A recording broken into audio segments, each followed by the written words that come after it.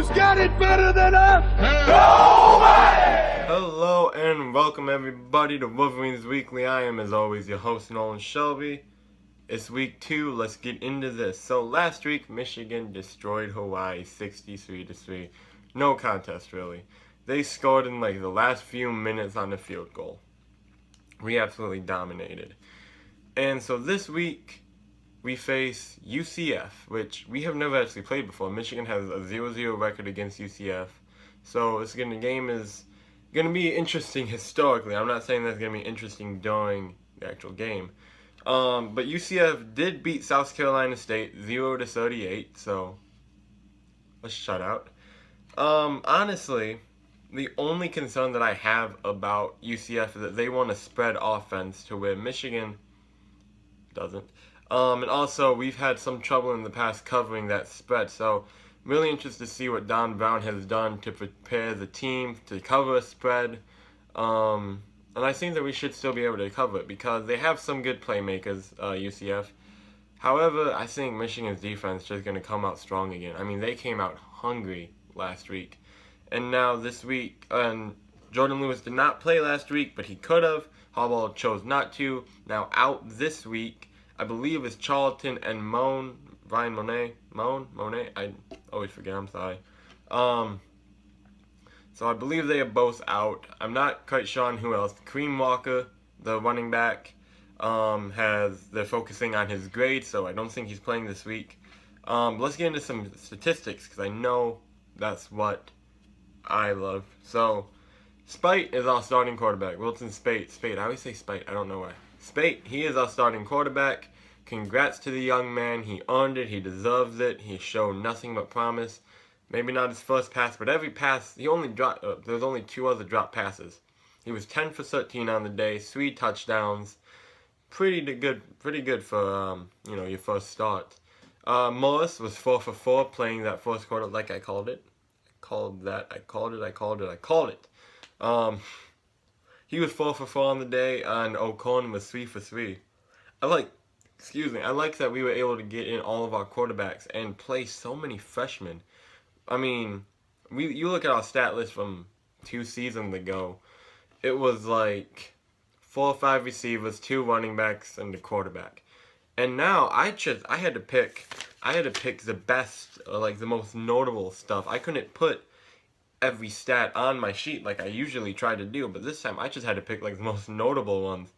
Rushing, Chris Evans, gonna be a rock star for Michigan. He fits in so nicely into our chart. He had 8 carries for 112 yards and 2 touchdowns. So he's going to be a shining star with Davion Smith nearing the end of his time here at Michigan. I think Chris Evans is going to be that next star running back that is going to break out, I think.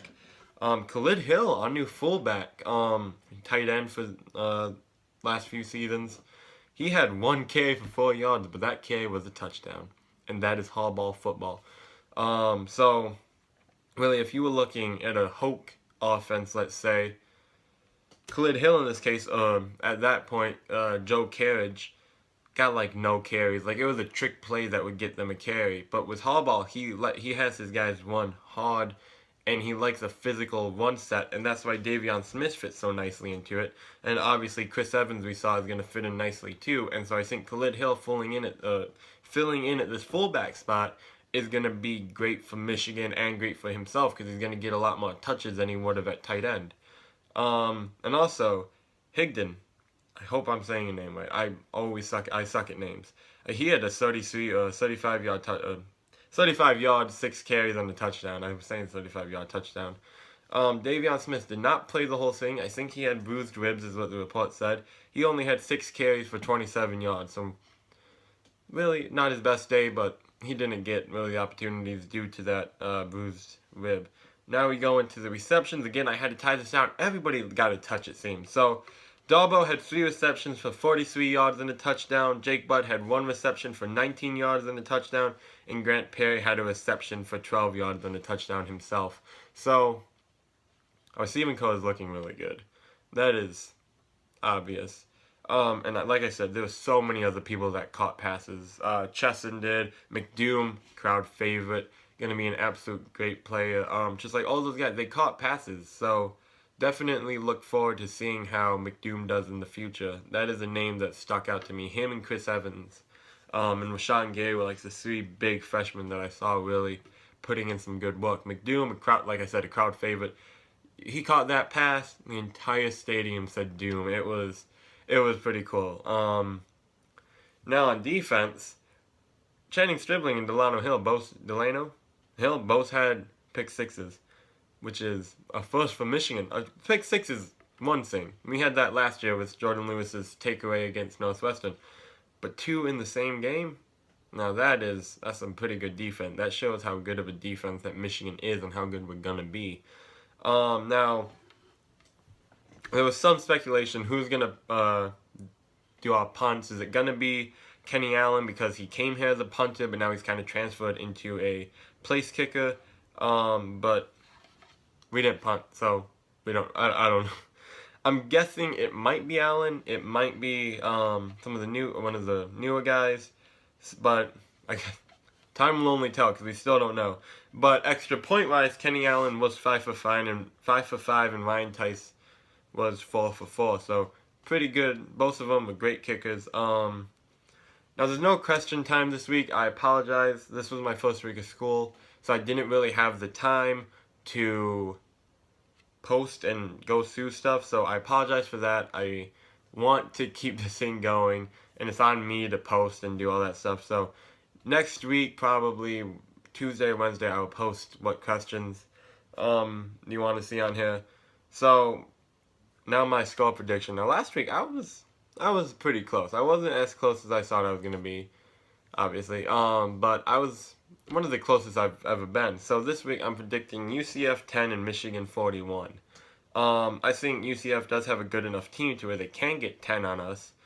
And I say they can get 10 because that sounds like a big number, against Michigan's defense, a team that held Hawaii, which isn't, the greatest team in the nation, but definitely not one of the worst teams, to 3 points, and last year, 3 shutouts. So I think that we could definitely make it, only hold them to 10, because if not, they may put up 14, 21 points, but I don't think they will. I think Michigan's defense is going to hold strong, only limit them to 10, and I think we're going to get 41. Is going to be a pretty good game for us. I think it's going to be a slow-paced game, though, because of the spread offense, so it's going to take us some time to adjust and get everything right.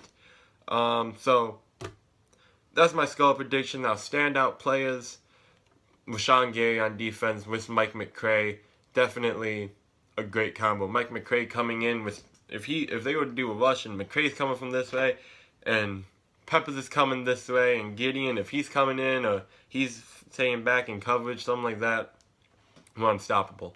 A defensive line with Gary and Taco when he's healthy, and Chris Roman, all of them, they're just going to give quarterbacks hell.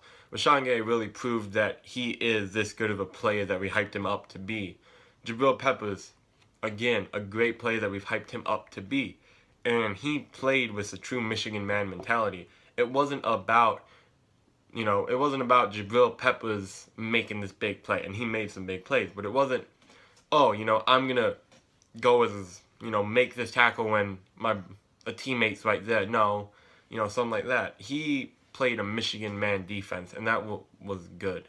It was great for him. He really, he fit in the linebacker spot perfectly, especially with him coming in and then sometimes falling back into coverage. Pretty much just made Hawaii offense a living hell for everybody. Our entire defense did. And on offense, the standout player is Chris Evans. Chris Evans and McDoom, like I said, 2 freshmen, are going to be outstanding players. I'm also going to throw Khalid Hill in there because, he showed promise with some of his blocks that he threw from the fullback spot, and then also his carry. So those are definitely my standout players from last week. Again, next week I will have question time back. So this week I'm excited. I'll be there again. I'm happy that I'll be there again. Last week was an amazing atmosphere. It's Michigan. It's simple as that. It was Michigan. So again, all the links, not links, but my stuff will be in the description. My Instagram, my Twitter, and my Snapchat. That's officially down there. U_graphics. PHIX is how you spell graphics. So again, I try to do live game updates. However, it's kind of hard due to like the connection that we have this service. So what I ended up doing last week, and what I'll probably do this week again, is updates from the quarter. So like end of the first, halftime, end of the third, game over. So that's probably what I'll do again. I might post a singer, something here or there, but besides that, that's probably what you'll see. My game day design will be coming up tomorrow on UFM Graphics, both the Twitter and Instagram.